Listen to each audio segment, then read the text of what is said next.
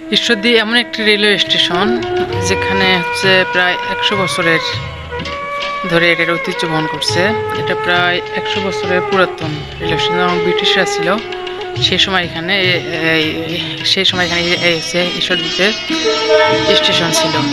এখানে বেশ কয়েকটা প্ল্যাটফর্ম রয়েছে। যদি আপনি এখানে আসেন তাহলে আপনি বুঝতে পারবেন না যে কোন ট্রেন কোন পাশে আসতেছে, যদি আপনি কাউকে জিজ্ঞেস না করেন অথবা যদি আপনি তালিকা বা ম্যাপস না দেখেন। বাংলাদেশের মধ্যে বেশ কয়েকটা বড় স্টেশন রয়েছে, তার মধ্যে হচ্ছে ঈশ্বরদী একটা। এটা হচ্ছে বাংলাদেশের ৪র্থতম রেলওয়ে স্টেশন। অর্থাৎ প্রথম রয়েছে হচ্ছে কমলাপুর, তারপর হচ্ছে আখাউড়া, পার্বতীপুর, পর্যায়ক্রমে হচ্ছে ঈশ্বরদী। এত বড় একটা জংশন। রাত 12টা বাজে। এখন আমি ঈশ্বরদী রেলওয়ে স্টেশন, এটা হচ্ছে ঈশ্বরদী। রাত 12টার সময় আমি এখানে ট্রেন আসবে হচ্ছে সীমান্ত রূপসা। যাই হোক, এখানে 1:30-এর দিকে ল্যান্ড করবে, মানে পৌঁছাবে। তারপর এখান থেকে আমি উঠে চলে যাবো একেবারে দিনাজপুর আছে বিরামপুরে। এখান থেকে এখানে অবশ্য মোটামুটি টোকাই পোকাই ছেলেপেলে নাই। স্টেশনে আসলে আপনি সেফ থাকবেন সবসময়। যেখানে মানুষজন থাকে ওখানে যদি আপনি যদি চলাচল করেন তাহলে আপনার বিপদ কম হবে। কিন্তু আপনি যদি চিপাচাপাই থাকেন তাহলে আপনার জন্য বিপদ হওয়াটা একেবারেই পসিবল।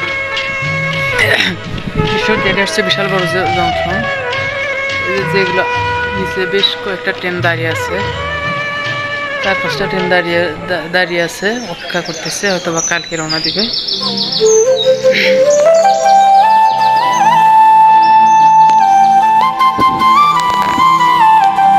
আমার মনে হয় যে আপনি যদি জীবনে দিনের বেলা হসপিটালে এবং যখন গভীর রাত হবে তখন যদি আপনি রেল স্টেশনে যান তাহলে আপনি হয়তো বা বুঝতে পারবেন যে জীবন মানে কি, আপনি কতটা সুখে আছেন বা আমি কতটা সুখে আছি।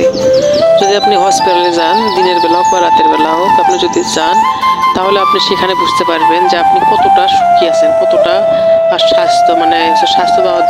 স্বাস্থ্যগত দিক থেকে আপনি কতটা হ্যাপি আছেন। তাহলে আপনি এটা বুঝতে পারবেন। আর যদি আপনি স্টেশনে যান তাহলে আপনি বুঝতে পারবেন যে আপনার একটা যে বাড়ি আছে, আপনার যে একটা থাকার মতো যে একটা অবস্থান আছে, সেটা থেকে আপনি কতটা খুশি সেটা আপনি বুঝতে পারবেন।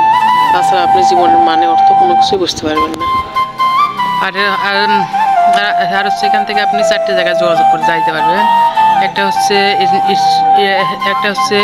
ঈশ্বরদী থেকে খুলনা, আর একটা হচ্ছে ঈশ্বরদী থেকে রাজশাহী, 2 নাম্বার গেল। আর 3 নাম্বার হচ্ছে ঈশ্বরদী থেকে পার্বতীপুর, অর্থাৎ পার্বতীপুর, দিনাজপুর, চিলমারি ওই দিকে চলে গেল সিলেহাটি। আর হচ্ছে 4 নাম্বার হচ্ছে ঈশ্বরদী থেকে ঢাকা। এটাই হচ্ছে মোট হচ্ছে এখানে 4টি জায়গায় আপনি এখান থেকে যোগাযোগ করতে পারবেন বা যাইতে পারবেন। বিশাল বড় বেশ পুরাতন স্টেশন। এখানে বেশ কয়েকটা, এখানে প্রায় 6-7টা রেল দাঁড়িয়ে আছে। ওই পাশে রেল আছে, আপনি যেখানে তাকাবেন শুধু রেল। বেশ অনেক বড় একটা জায়গা। আপনি মানে কখন কোন পাশে আসতেছে, কে কোন পাশে যাইতেছে কোনো প্রকার বোঝার মতো ক্ষমতা নেই। দীর্ঘ বিরতির পর বসে থাকার পর অবশেষে আমি ট্রেনেতে উঠলাম। ট্রেন আসছে প্রায় 1:40-45-এর দিকে। এখান থেকে আমি ট্রেনে উঠলাম। আমাকে এখানে রওনা দিতে হবে অনেক দূর।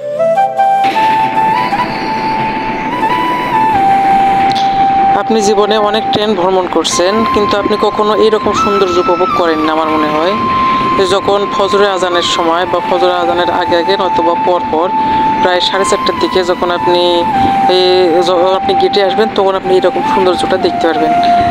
যেটা দেখা যাচ্ছে এটা কিন্তু কোনো প্রকার এডিট নেই। যেরকমভাবে আকাশের ছবি তোলা ওই রকমভাবেই ক্যামেরা দিয়ে আমি ছবি তুলছি, কোনো প্রকার এডিট নেই, এডিট ছাড়াই। এতটা সৌন্দর্য ছিল আকাশটা, সত্যি অসাধারণ দৃশ্য। আর একটা বিষয় আপনি লক্ষ্য করবেন, যারা ট্রেনে সিট পায়নি, যারা হচ্ছে আসনবিহীন অর্থাৎ যারা দাঁড়িয়ে যাবে, তারা কিন্তু সবসময় গেটেই বেশিরভাগ থাকার চেষ্টা করে। তাই আমিও আলহামদুলিল্লাহ অবশেষে দীর্ঘ যাত্রার পর বাড়ি ফিরলাম। প্রায় আমি সকালবেলা প্রায় ভোর 5:30টার দিকে আমাকে ট্রেন থেকে নামিয়ে দিচ্ছে। তারপর আমি এখান থেকে আমার বাড়ি এসেছি। আমার বাড়ির সামনে যে নদী, সেই নদীটার এখানে স্মৃতি রেখে দিলাম। বাড়ি আমি এসে পৌঁছেছি আলহামদুলিল্লাহ।